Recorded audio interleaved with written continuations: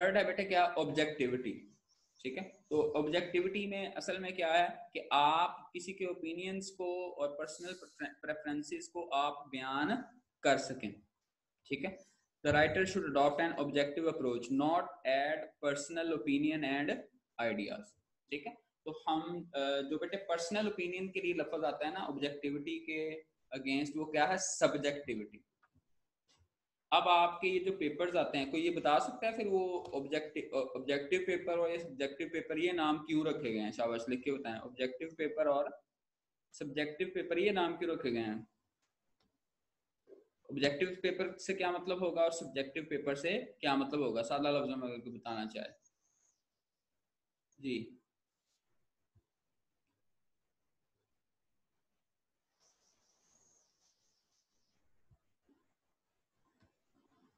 अच्छा बच्चों, इसमें मैं देखता हूँ, एमसीक्यूज होते हैं जी ऑब्जेक्टिव में, बिल्कुल ये इंतहाई इंपॉर्टेंट बात है, हमें ज़रूर रिफ्रेश इसे करना चाहिए। इसमें एमसीक्यूज आते हैं और सब्जेक्टिव में ऐसे वगैरह आते हैं जी। बिल्कुल, आपने ये दो चीज़ें तो बता दी, लेकिन आपको इन दोनों के वर्ड्स के मीनिंग में इस लिहाज से इसको बेटे क्लियर करने के लिए ये देखना है, ऑब्जेक्टिव जो है ना पेपर, उसमें सब का जवाब क्या होता है, सेम होता है। ठीक है, वो ऑब्जेक्टिव है।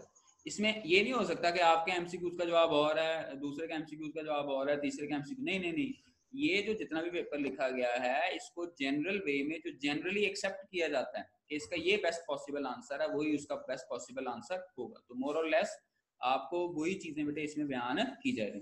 सब्जेक्टिव पेपर क्या होता है, सब्जेक्टिव का मतलब होता है आपका पर्सनल, जाती। तो उसमें ये जो बेटे आपको जैसे आपको रिटन असाइनमेंट्स दी जाती हैं, ये सारे के सारे क्या हैं, आपके सब्जेक्टिव्स पेपर होते हैं। ठीक है, तो ऑब्जेक्टिव चूंकि जनरल चीज है और सब्जेक्टिव आपकी अपनी जाती चीज है, तो ऑब्जेक्टिव के अंदर इसीलिए बेटे आपके पास जाती जो है वो सहूलत नहीं है कि आप अपना जवाब जो है वो चुन सके। जो जवाब बेटे उन्होंने बनाया है उसी जवाब को आपको फॉलो करना पड़ेगा। ठीक है, तो बिल्कुल इसी तरह ही आपने यही देखने की कोशिश करनी है कि राइटर का ये पर्सनल ओपिनियन चल रहा है या ये किसी की साइड ले रहा है या वो क्या, मसला अगर पाकिस्तान के बारे में अगर लिख रहा है तो हम देखेंगे कि ये पाकिस्तानी है तो ज़ाहिर है ये पाकिस्तान की ही फेवर करेगा, अगर कोई इंडिया पाकिस्तान के हवाले से लिख रहा है। कोहेरेंस बेटे आप लोग जानते हैं, इसको हमने बहुत ज़्यादा जो है वो डिस्कस हम कर चुके हैं। ठीक है, अच्छा जी, तो अब आपने यही कोहेरेंस को ही याद रखना है कि पूरे का पूरा पैराग्राफ ने चूंकि मिलकर एक ही बिल्डिंग बनानी है, तो उसके ताने बाने सारे के सारे वो उसी के अंदर मौजूद हैं। तो हम जैसे आपके पिक्चर के अंदर बेटे देख सकते हैं। ठीक है, तो ये सारी की सारी कोहेरेंस जो है वो आपस में आइडियाज को कनेक्ट करके एक ही बिल्डिंग या एक ही जो ढांचा है उसकी तरफ लेके जा रही है। इसको उस हवाले से आपने देखना। नेक्स्ट है बेटे कंसाइजनेस। तो कंसाइज क्या, पिथी वे में पैकेट में बंद कर देना। ठीक है, जैसे ये देखें आप पिक्चर के अंदर देखें कि उसने मुट्ठी के अंदर सूरज को बंद कर दिया है, तो देखें बात जो है वो समंदर और कूदे से भी कहीं आगे पहुंच चुकी है। तो इसलिए आपने कंसाइजनेस में ये बहुत ही अहम तरीन चीज है कि आप चीजों को कैसे कंसाइज करते हैं। ठीक है, अब आगे सबसे अहम और सबसे आप ये कह लें बोरिंग बात वो क्या है कि प्रेसी के रूल्स बेटे क्या होते हैं। ठीक है, तो उसमें आपने ये कुछ ना कुछ चीजें जो हैं वो देखने की कोशिश करनी है कि ये कौन कौन से रूल्स हैं। बेटे आप इन्हें जरा अच्छे तरीके से आपने ये देखना है। ठीक है, आपके पास ये 2 मिनट्स हैं। ठीक है, 2 to 3 मिनट्स आपने इसको रीड आउट करना है। तो मैं फिर आपसे ये क्वेश्चन जो है इस हवाले से पूछूं।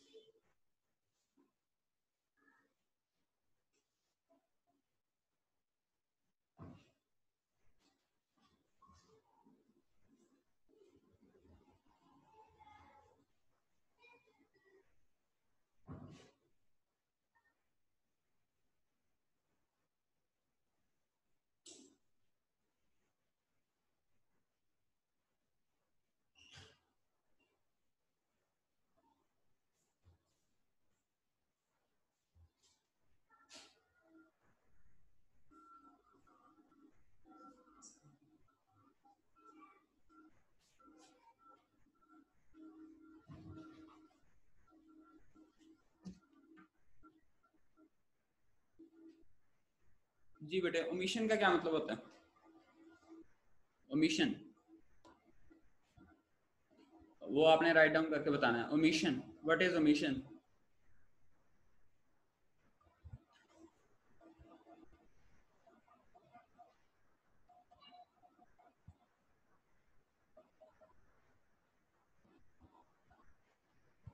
जी, ओमिशन भूल चूक नहीं, नहीं नहीं। ओमिट करना होता है बेटे किसी चीज को रिमूव करना, ठीक है।